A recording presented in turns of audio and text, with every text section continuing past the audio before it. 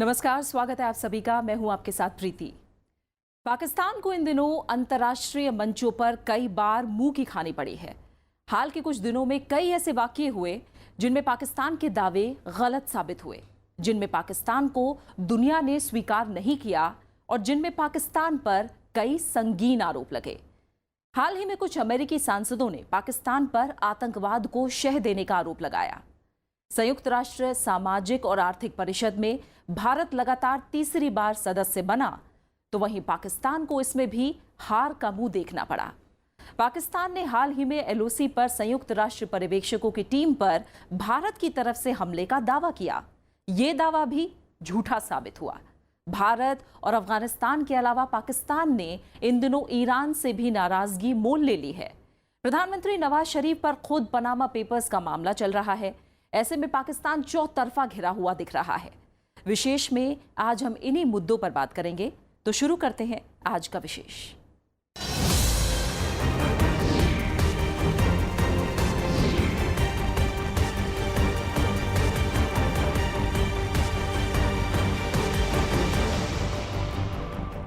संयुक्त राष्ट्र सामाजिक और आर्थिक परिषद में भारत और पाकिस्तान दोनों इस वक्त सदस्य हैं, लेकिन दोनों ही देशों का कार्यकाल इस साल के अंत में खत्म हो रहा है।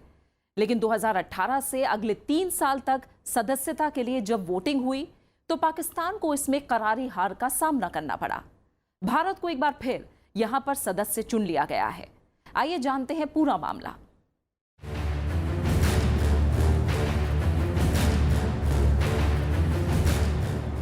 संयुक्त राष्ट्र सामाजिक और आर्थिक परिषद में भारत को फिर से सदस्य चुन लिया गया है। एशिया प्रशांत क्षेत्र से चुने गए देशों में जापान के बाद भारत को सबसे ज्यादा वोट मिले। जापान को 185, भारत को 183, फिलीपींस को 182 वोट मिले, जबकि उत्तर कोरिया और पाकिस्तान को एक एक वोट से ही संतोष करना पड़ा। भारत ने हमेशा से संयुक्त राष्ट्र के सदस्यों के हित के बारे में सोचकर अपनी पोजीशंस वहाँ पर निर्धारित की हैं और एक खासकर आतंकवाद के मुद्दे पर कई देश जो हैं बहुत ही समय पीड़ित हैं और सबको लगता है कि पाकिस्तान जो है वो एक तरीके से आतंकवाद को फैलाने में एक्टिवली इन्वॉल्व है। ये लगातार तीसरा मौका है जब भारत को संयुक्त राष्ट्र सामाजिक और आर्थिक परिषद में सदस्य चुना गया हो। भारत इस वक्त भी परिषद का सदस्य है, लेकिन 31 दिसंबर 2017 को भारत समेत 18 देशों का कार्यकाल पूरा हो रहा है। लिहाजा 1 जनवरी 2018 से अगले 3 साल के लिए भारत को फिर से सदस्यता मिल गई। संयुक्त राष्ट्र में भारत के स्थायी प्रतिनिधि सैयद अकबरुद्दीन ने ट्वीट कर इस जीत पर खुशी जाहिर की। पाकिस्तान भी संयुक्त राष्ट्र सामाजिक और आर्थिक परिषद का इस वक्त सदस्य है, लेकिन मतदान में सिर्फ एक वोट मिलने से पाकिस्तान की दावेदारी विफल हो गई। हालांकि पाकिस्तान ने दावा किया है कि वो इस चुनाव में हिस्सेदारी नहीं ले रहा था, लिहाजा सदस्यता का सवाल ही नहीं उठता। संयुक्त राष्ट्र में पाकिस्तान के प्रवक्ता ने दावा किया है कि सामाजिक परिषद में वो इस वक्त उपाध्यक्ष है, लेकिन अगली बार के लिए पाकिस्तान ने दावेदारी पेश नहीं की। पाकिस्तान के एजेंसीज हों या उनके सरकार के किसी तरह से उनको संरक्षण प्राप्त होता है और ख़ास करके पाकिस्तान के जो पड़ोसी देश हैं, जब वो ऐसा बोलते हैं तो बाकी देशों को भी लगता है कि ज़रूर कुछ बात तो है इसमें। तो हमारे ख्याल से भारत की मैं कहूँगा कि छवि जो है बहुत साफ़ सुथरी और सब लोग चाहते हैं कि भारत के साथ में मिल के चलें, और पाकिस्तान की इस समय छवि जो है बिल्कुल ठीक नहीं है। सामाजिक और आर्थिक परिषद संयुक्त राष्ट्र की 6 महत्वपूर्ण संस्थाओं में से एक है, जिसमें 54 सदस्य होते हैं और हर महादेश के लिए क्षेत्रवार सीटें आवंटित हैं। इसमें अफ्रीकी देशों के लिए 14, पश्चिमी यूरोप और अन्य देशों के लिए 13, एशिया प्रशांत के लिए 11, लैटिन अमेरिका और कैरेबियन देशों के लिए 10 और पूर्वी यूरोप के लिए 6 सीटें आवंटित हैं। संयुक्त राष्ट्र महासभा में मतदान के जरिए इसकी सदस्यता हासिल होती है। हर सदस्य देश को 3 साल के लिए चुना जाता है। सामाजिक और आर्थिक परिषद कई महत्वपूर्ण मुद्दों पर काम करने वाली संयुक्त राष्ट्र की अहम संस्था है। इस बार जिन 18 देशों को सदस्य चुना गया है, उनमें Bharat, Belarus, Ecuador, El Salvador, France, Germany, Ghana, Ireland, Japan, Malawi, Mexico, Morocco, Philippines, Spain, Sudan, Togo, तुर्की और युगांडा शामिल हैं। लेकिन सिर्फ 6 देश ऐसे हैं जिन्हें फिर से जीत हासिल हुई है। ये देश हैं Bharat, France, Germany, Ghana, Ireland और जापान। जाहिर है भारत इसे बड़ी कामयाबी के तौर पर देख रहा है। इस साल के अंत में 18 देशों का कार्यकाल खत्म हो रहा है और इसी के चलते जून में संयुक्त राष्ट्र महासभा में 18 नए सदस्यों के लिए मतदान हुआ। जिन देशों का कार्यकाल 31 दिसंबर 2017 को खत्म हो रहा है उनमें Argentina, Brazil, Burkina Faso, Estonia, France, Germany, Ghana, Greece, Honduras, Bharat, Ireland, Japan, Mauritania, Pakistan, पुर्तगाल, ट्रिनिडाद और टोबैगो, युगांडा और जिम्बाब्वे शामिल हैं। इससे महीने भर पहले परिषद की committee on programme and coordination में भी भारत को बड़ी कामयाबी मिली थी, जब भारत 50 में से 49 देशों का समर्थन उसने हासिल किया। इस समिति में पाकिस्तान को भी सदस्यता हासिल करने में कामयाबी मिली थी। Bureau report, Rajya Sabha TV. Bharat सीमा पर पाकिस्तान की ओर से संघर्ष विराम का उल्लंघन तो लगातार जारी है ही, साथ ही वो द्विपक्षीय मसलों में भी गलत बयानी करने पर आमादा है। शंघाई सहयोग संगठन की बैठक के बाद पाकिस्तान ने दावा किया कि रूस के राष्ट्रपति व्लादिमीर पुतिन ने भारत और पाकिस्तान के बीच मध्यस्थ की भूमिका निभाने की पेशकश की है। खबर आने के साथ ही भारत और रूस दोनों ने इस बात को सिरे से खारिज कर दिया। कश्मीर को अंतर्राष्ट्रीय मुद्दा बनाने के लिए पाकिस्तान किस हद तक जा सकता है, इसकी एक बानगी है पाकिस्तानी विदेश मंत्रालय के प्रवक्ता नफीस जकारिया का हालिया बयान, जिसमें पाकिस्तान की ओर से कहा गया है कि रूस ने कश्मीर मसले पर भारत पाकिस्तान के बीच मध्यस्थता की पेशकश की। इस खबर के बाद पाकिस्तान में खुशियां जाहिर की जाने लगी। पाकिस्तान की मीडिया में खबरें आने लगीं कि रूस के राष्ट्रपति व्लादिमीर पुतिन ने शंघाई सहयोग संगठन यानी SCO के हाल के सम्मेलन के दौरान नवाज शरीफ से अलग से मुलाकात की और इस दौरान बातचीत में उन्होंने भारत और पाकिस्तान के बीच मध्यस्थता की इच्छा भी जाहिर की। ने 15 जून की दोपहर में विदेश मंत्रालय के साप्ताहिक प्रेस कॉन्फ्रेंस में प्रवक्ता नफीस जकारिया ने रूस के राष्ट्रपति व्लादिमीर पुतिन और पाकिस्तान के प्रधानमंत्री नवाज शरीफ के बीच की बातचीत पर सवाल पूछा गया। इस सवाल का जवाब नफीस जकारिया ने दिया। नफीस के मुताबिक व्लादिमीर पुतिन ने नवाज शरीफ से कहा कि रूस भारत और पाकिस्तान के बीच लंबित मामलों को सुलझाने के लिए मध्यस्थता करना चाहता है। नफीस जकारिया ने कहा कि पाकिस्तान UNSC के स्थायी सदस्य रूस की पहल का स्वागत करता है। भारत ने पाकिस्तान के इस बयान को आधारहीन करार दिया। विदेश मंत्रालय ने कहा कि रूस की ओर से पाकिस्तान के सामने ऐसी कोई पेशकश नहीं की गई है। विदेश मंत्रालय के मुताबिक रूस भारत की स्थिति से पूरी तरह वाकिफ है। मंत्रालय के प्रवक्ता गोपाल वागले ने कहा कि रूस भारत के पाकिस्तान के साथ सभी मसले शांतिपूर्ण माहौल में द्विपक्षीय बातचीत से सुलझाने का समर्थन करता है। हालांकि रूस ने भी तत्काल इन खबरों को खारिज कर दिया। भारत में रूस के अधिकारियों ने कहा कि रूस पाकिस्तान और भारत के बीच मध्यस्थता नहीं कर रहा है और जहां तक हमें इस बारे में जानकारी है, अस्ताना में शरीफ और पुतिन की बैठक में इस बारे में कोई भी बात नहीं हुई थी। जानकारों का मानना है कि पाकिस्तान ऐसे बयान देकर वैश्विक कूटनीति को ताक पर रखता है। माना जा रहा है कि पाकिस्तान के विदेश मंत्रालय ने प्रधानमंत्री नवाज शरीफ सरकार को घरेलू राजनीति में अहमियत दिलाने के लिए ऐसा बयान दिया है।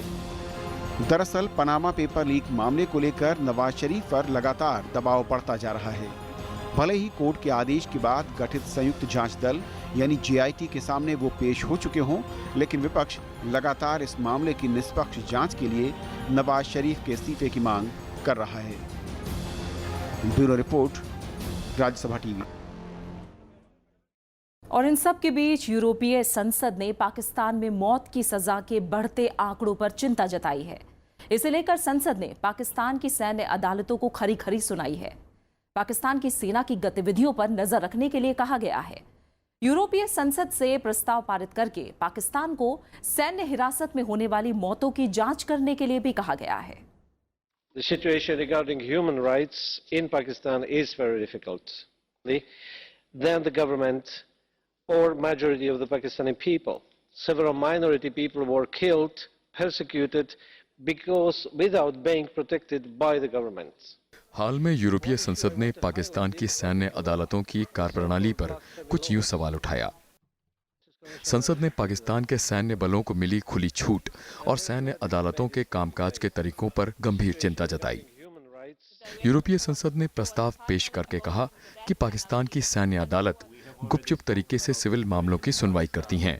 संसद के एक सदस्य ने पाकिस्तान में मानवीय अधिकारों के हनन पर चिंता जताई और कहा कि आरोपियों को बचाव का मौका तक नहीं दिया जाता, उन्हें मार दिया जाता है या फिर गायब कर दिया जाता है। We have already spoken about the situation in Pakistan many times.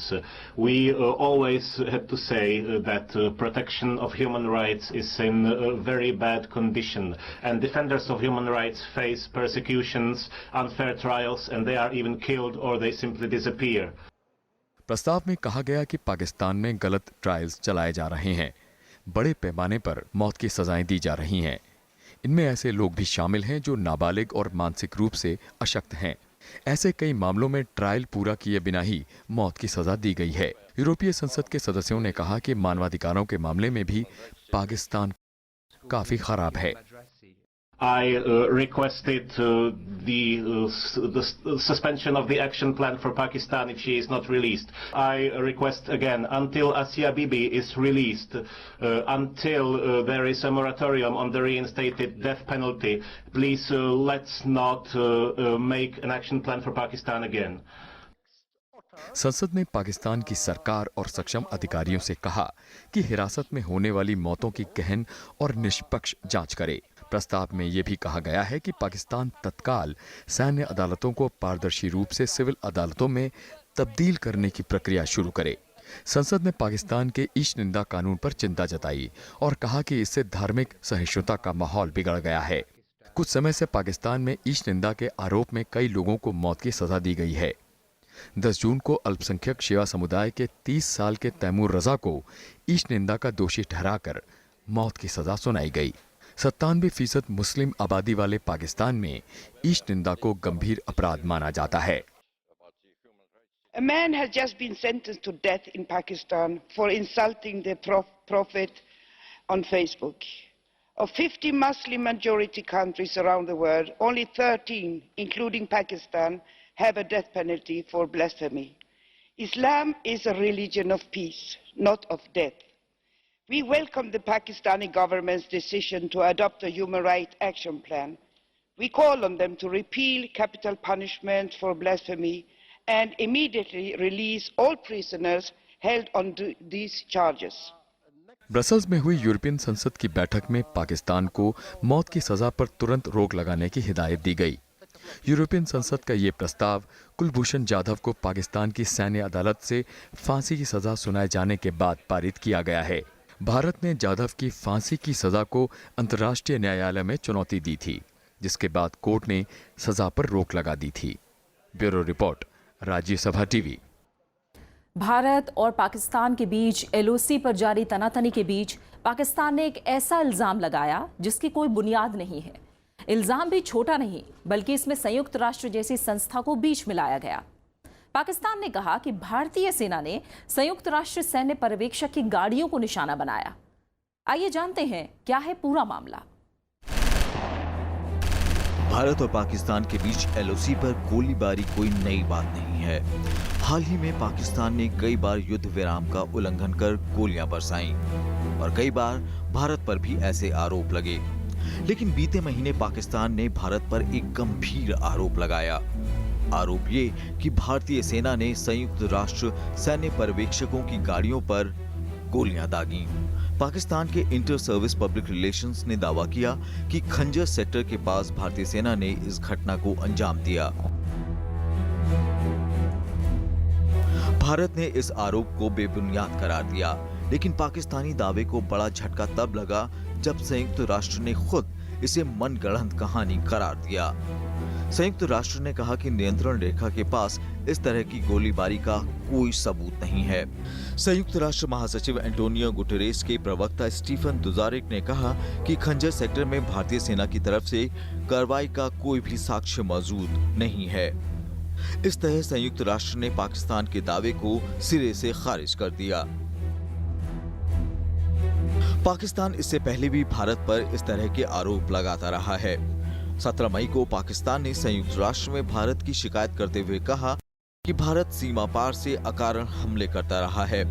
इसी शिकायत के बाद संयुक्त राष्ट्र के सैन्य पर्यवेक्षकों ने नियंत्रण रेखा का दौरा किया, लेकिन इसके बाद पाकिस्तान ने सैन्य पर्यवेक्षकों की गाड़ी पर हमले का आरोप भारत पर मढ़ दिया। तो संयुक्त राष्ट्र ने इस मामले की जांच कराई। जांच के बाद पाकिस्तान के आरोपों की कलई खुल गई।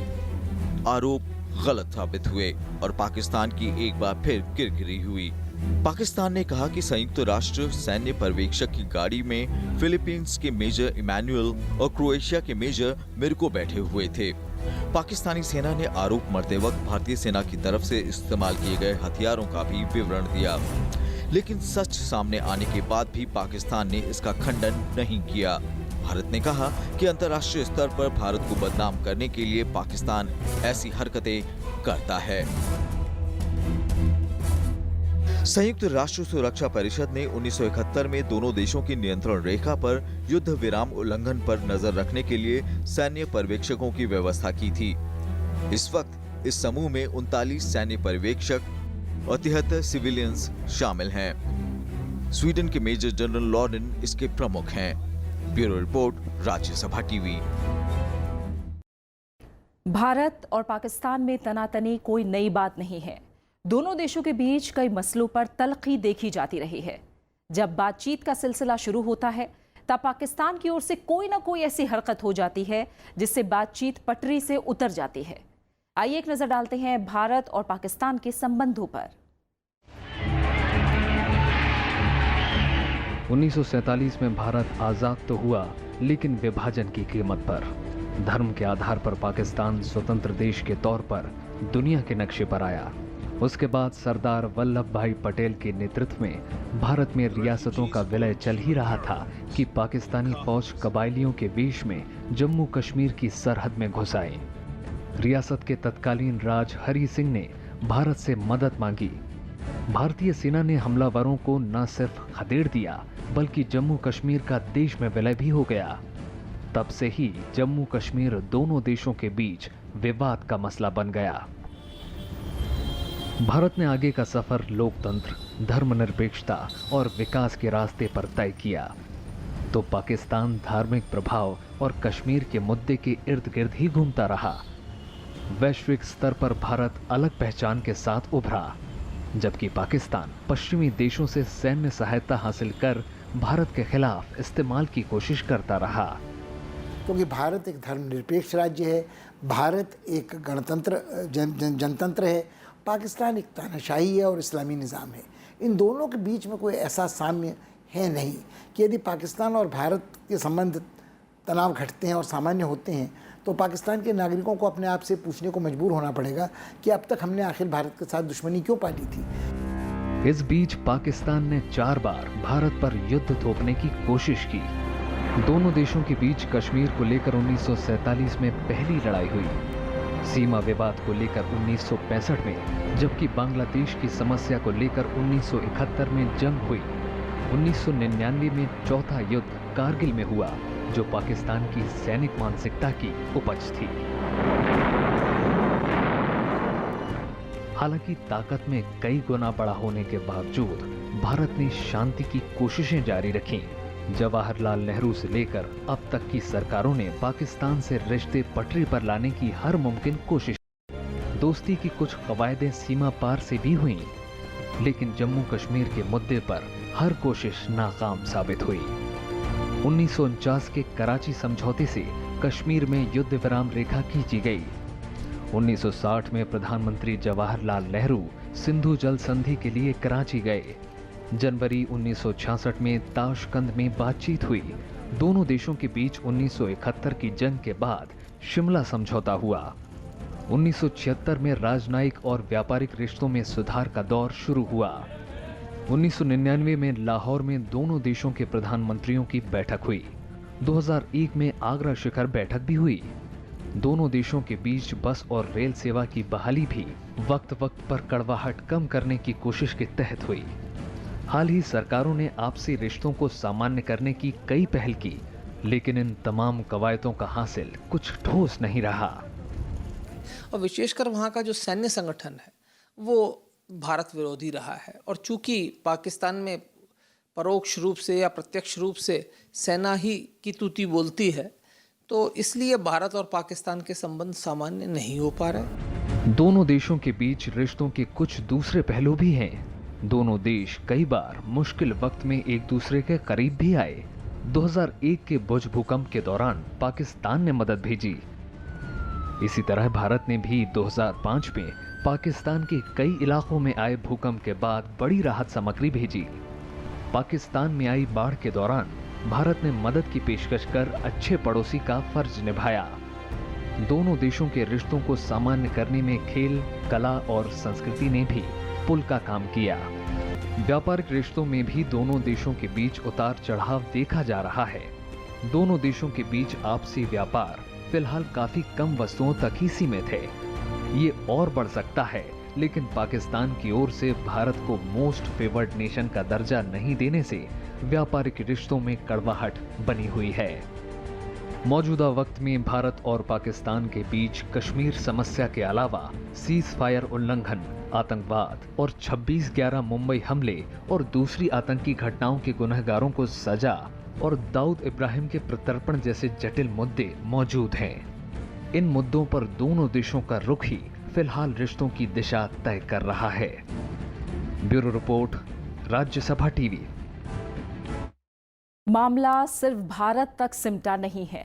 पाकिस्तान लगातार ये दावा करता रहा है कि वो पड़ोसी मुल्कों के साथ बेहतर संबंध चाहता है, लेकिन एक के बाद एक सारे पड़ोसियों की शिकायतों की फेहरिस्त लंबी होती जा रही है। भारत के साथ तो पाकिस्तान के तल्ख रिश्तों का लंबा अतीत रहा है, लेकिन अफगानिस्तान, ईरान और दूसरे पड़ोसी देश भी अब पाकिस्तान पर आतंकवाद के खिलाफ कार्रवाई की मांग कर रहे हैं। इन सभी मुल्कों का मानना है कि पाकिस्तान की जमीन का इस्तेमाल उनके देश में आतंक फैलाने के लिए हो रहा है। ये तस्वीरें 3 अलग अलग मुल्कों की हैं, अफगानिस्तान, भारत और ईरान। लेकिन हमलावर जहां से आए वो एक ही जगह से है, पाकिस्तान। भारत तो दशकों से पाकिस्तान पर आतंक परस्ती का आरोप लगाता रहा है, लेकिन अब धीरे धीरे पाकिस्तान के पश्चिमी हिस्से से सटे देशों ने भी उस पर ये इल्जाम लगाना शुरू कर दिया है। बीते 3 सालों से अफगानिस्तान और ईरान ने काफी मुखर होकर पाकिस्तान पर यह आरोप लगाया कि वो सीमा पार आतंकवाद को शह दे रहा है। पाकिस्तान और भारत के बीच 3,323 किलोमीटर लंबी सीमा है, जिसमें लाइन ऑफ कंट्रोल भी शामिल है। वहीं ईरान के साथ पाकिस्तान की 909 किलोमीटर लंबी सीमा है। उत्तर पश्चिम में पाकिस्तान 106 किलोमीटर लंबी सीमा साझा करता है। पाक अधिकृत कश्मीर की सीमा चीन से भी मिलती है। इस तरह पाकिस्तान से सीधे संपर्क में 4 अहम मुल्क हैं। लेकिन जिस तरह कश्मीर को लेकर भारत और पाकिस्तान के बीच तनाव रहा है, उसी तरह बलूचिस्तान के मुद्दे पर ईरान और पाकिस्तान आपस में टकराते रहे हैं। हाल में ईरान ने खुलकर ये आरोप लगाया कि पाकिस्तान उसकी जमीन पर सक्रिय आतंकियों को शह दे रहा है। जहां दोनों देशों का बॉर्डर लगता है, बलूचिस्तान पाकिस्तान का जो हिस्सा है वो बलूचिस्तान है, और ईरान का जो उसके पड़ोस का जो प्रांत है वो सिस्तान बलूचिस्तान कहलाया जाता है। तो वहाँ उस बॉर्डर से, और उस बॉर्डर के वो काफ़ी वहाँ पे पॉपुलेशन जो है उसकी तादाद कम है, तो इसलिए, और वो बॉर्डर खुला सा बॉर्डर है, तो इसलिए लोगों का आना जाना रहता है, और ये टेररिस्ट ग्रुप्स जो हैं वो दूसरी तरफ जाकर हमला आसानी से कर सकते हैं। हार्ट ऑफ एशिया सम्मेलन में अफगानिस्तान ने खुलकर पाकिस्तान पर आरोप लगाया था कि वो आतंकवादी संगठनों को लेकर नरम रवैया अपना रहा है। अफगानिस्तान ने सीमा पार आतंकवाद के खिलाफ कार्रवाई के लिए अंतर्राष्ट्रीय देशों से भी अपील की। उस सम्मेलन में भारत ने अफगानिस्तान का खुलकर समर्थन किया। दोनों देशों ने पाकिस्तान को नसीहत दी कि वो आतंकवादियों को जगह मुहैया कराना बंद करे। प्रेसिडेंट अशरफ घनी जब नियुक्त हुए, राष्ट्रपति बने, उन्होंने काफ़ी कोशिश की संबंध सुधारने की। वो एक से अधिक बार पाकिस्तान गए, वहाँ जाकर आर्मी चीफ से मिले, पर उन्होंने देखा कि उससे कोई फ़र्क नहीं पड़ा, और करीब 1-1.5 साल के बाद जब उन्होंने देखा कि उतना ही आतंक रहा है बल्कि बढ़ गया, तो उनको मजबूरन ये कहना पड़ा, उन्होंने स्टेटमेंट दिया कि पाकिस्तान और Afghanistan there is a undeclared state of war. Afghanistan का ये भी इल्जाम रहा है कि पाकिस्तान उनके यहाँ से आए तालिबानी आतंकियों को शरण देता है, लेकिन अब ईरान भी खुलकर सामने आ गया है। ईरान बलूचिस्तान प्रांत में दशकों से अशांति के लिए पाकिस्तान पर इल्जाम लगाता रहा है, लेकिन हाल में हुए आतंकी हमलों के बाद ईरान ने पाकिस्तान को कड़ी चेतावनी दी है। यानी पाकिस्तान ने अब पूरब और पश्चिम दोनों तरफ के पड़ोसियों की नाराजगी मोल ली है। चीन से पाकिस्तान का संबंध अच्छा रहा है, लेकिन जानकारों का मानना है कि चीन दक्षिण एशिया में कूटनीतिक बढ़त हासिल करने के लिए पाकिस्तान को समर्थन दे रहा है। हालांकि अंतर्राष्ट्रीय मंचों पर कई बार चीन भी पाकिस्तान से आतंकियों के खिलाफ कार्रवाई की मांग कर चुका है। देखिए, पाकिस्तान के रिश्ते चीन से मधुर हैं और चीन पाकिस्तान इकोनॉमिक कॉरिडोर के मद्देनज़र वो मानते हैं कि अच्छे हैं। अफगानिस्तान ईरान के साथ उनका युद्ध चल ही रहा है, जैसे मैंने बताया सीमा पे झड़पें चलती रहती हैं। ये तो कोई बातचीत की भी बात नहीं है, यहाँ सैनिकों की जाने जाती हैं। और जहाँ तक सवाल रूस का है, रूस से उनके संबंध कुछ हद तक सुधर रहे हैं। जो अफगानिस्तान के दौर 70 के दशक और 80 के दशक में जो बिल्कुल ही ख़राब संबंध थे, उनमें अब कुछ सुधार आ रहा है। इन चारों पड़ोसियों के अलावा पाकिस्तान के आसपास बसे और मुल्कों ने भी पाकिस्तान पर कई इल्जाम लगाए हैं। पश्चिम एशिया के इन मुल्कों का साफ मानना है कि उनके यहाँ अशांति फैलाने के पीछे पाकिस्तान का हाथ रहा है। इसमें सऊदी अरब और इराक भी शामिल हैं। लगभग सारे पड़ोसी देशों की तरफ से पाकिस्तान की तरफ उठ रही उंगलियों ने अंतर्राष्ट्रीय स्तर पर चिंता बढ़ा दी है।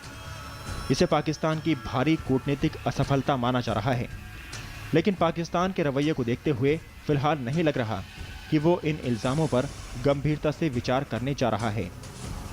मोहम्मद फातेह टीपू के साथ ब्यूरो रिपोर्ट, राज्यसभा टीवी।